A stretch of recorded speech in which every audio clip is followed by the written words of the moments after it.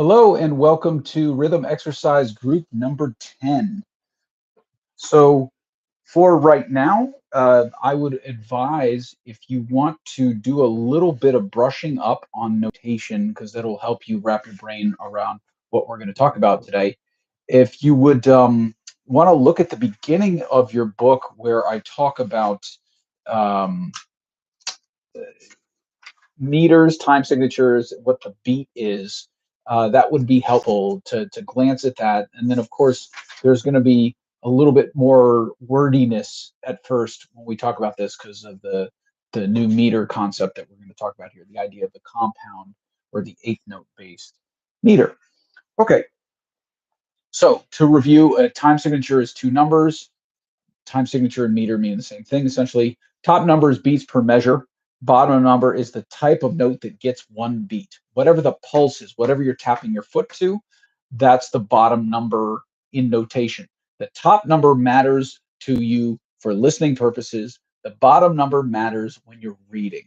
It does not matter when you are listening.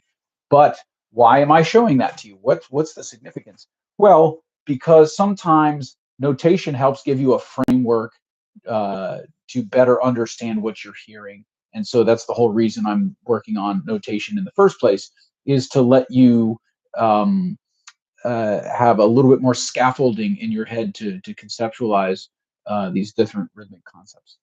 A lot of it will probably be intuitively experienced already, and now I'm just giving words or acknowledgement of certain things that are in the world. Okay, so far we've only ever really messed around with the top number being 2, 3, 4, 5, 6 and 7. It basically, the number of beats per chunk of material, right? You are most comfortable using eights. Musicians, and there is an article that I wrote on this subject that I'll link for you guys. About why musicians tend to use fours and dancers tend to use eights.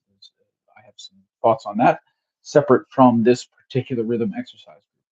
What we're going to do now is start to vary the bottom number. And we do that because the numbers we've used so far on top have gone up to, well, 5, 6. I don't think we've done 6 or 7, right? Now, picture, if you will, if I had a handful of paper clips and I spilled them on the floor, and like above a certain number, if I asked you to instantly how many paper clips are on the floor, you would have to stop and count through them, right? But somewhere like 4 or fewer, you don't have to count. You just can see the fourness within, the material on the ground. And it's this reason that your eye needs a little bit more superstructure around being able to, quantify things on the screen or on the page or in your mind, is why these new meters exist. It basically it helps to set up a better system for keeping track of bigger numbers, right? As we start to have more numbers, more beats per bar, essentially, and more kind of hierarchies of rhythm. Right now, we've worked at quarter notes and eighth notes and 16th notes, but there are different ways to break it down where we can get even more than 4 notes per beat, as you might be able to extrapolate from everything we've done so far. Okay, so the thing, and this is why it matters with notation. If you are looking at the first page of this rhythm exercise group, you'll see the demonstration using, in this case, it's 7 and 4 notes, respectively. 7 quarter notes versus 4 quarter notes, right?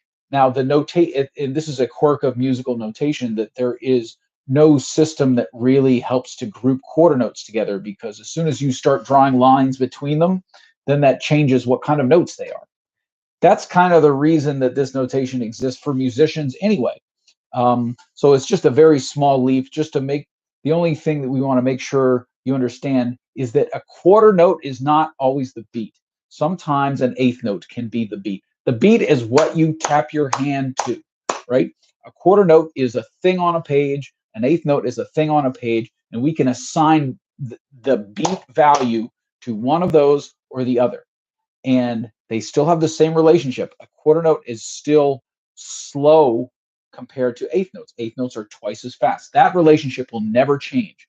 What we call the beat will sometimes change. And you have experience in this when you have a class, let's say, that's doing something in a 3, that's kind of a fast 3. Well, what ends up happening?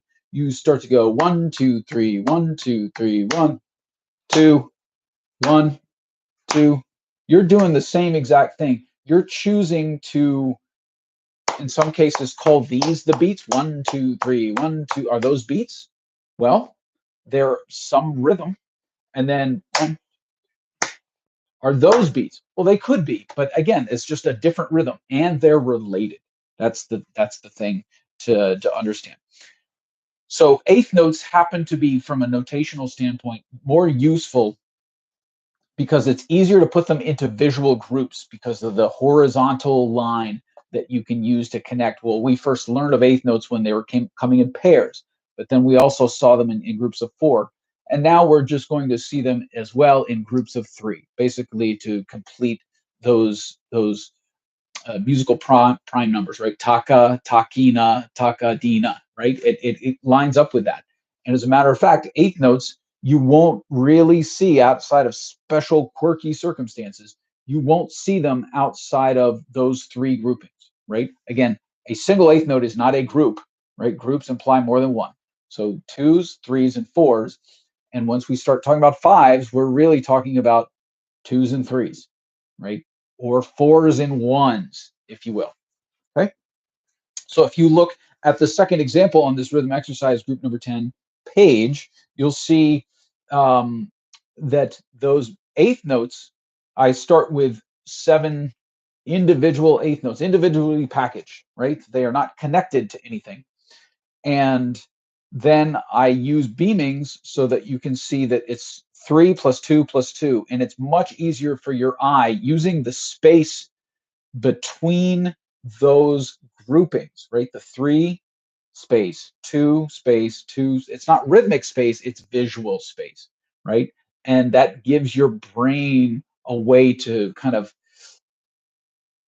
chunk things out, right? The idea of just putting things into significant compartments, right? Um, think of the beam grouping functioning the same way that the space should be between the words in this sentence, right? It's hard to, whether I wrote that out with all space, with no spaces in between the words, or I said it very, very quickly, space is a valuable thing because it helps to organize, whether it's on a page or in your mind, right? You want to be able to think space, and the events. Now, rather than thinking of everything equally, 1, 2, 3, 1, 2, 1, 2, 1, 2, 3, 1, not everything is equal, right? It makes it a little easier to manage. Spaces define beginnings and ends of meaningful chunks of material and help your eyes not get disoriented. The idea is to be able to feel comfortable and confident that you know where you are in whatever materials. And the beaming serves that same purpose. It helps your eye to stay oriented. Once you can picture something more clearly, you're a lot closer to understanding it. So now this is why we have the 8 on the bottom of the meter, is because now, in addition to wanting to have the ability to do odd as opposed to even groupings of notes, we also can use these visual groupings to our advantage. So the smallest eighth note base meter that we're going to talk about is 3/8, right? 3 beats per eighth note gets the beat. And then we're also going to cover 5/8, 6/8, 7/8, 8/8, 9/8, 12/8. We can do any of those, and we're going to do that. And so what we're going to do, pick up with the next video with exercise number 72, and we're going to get to go and start talking about how to count and feel and make sense of and internalize, and a bunch of other words, all of these different rhythms. So I will catch you on the next one to be continued.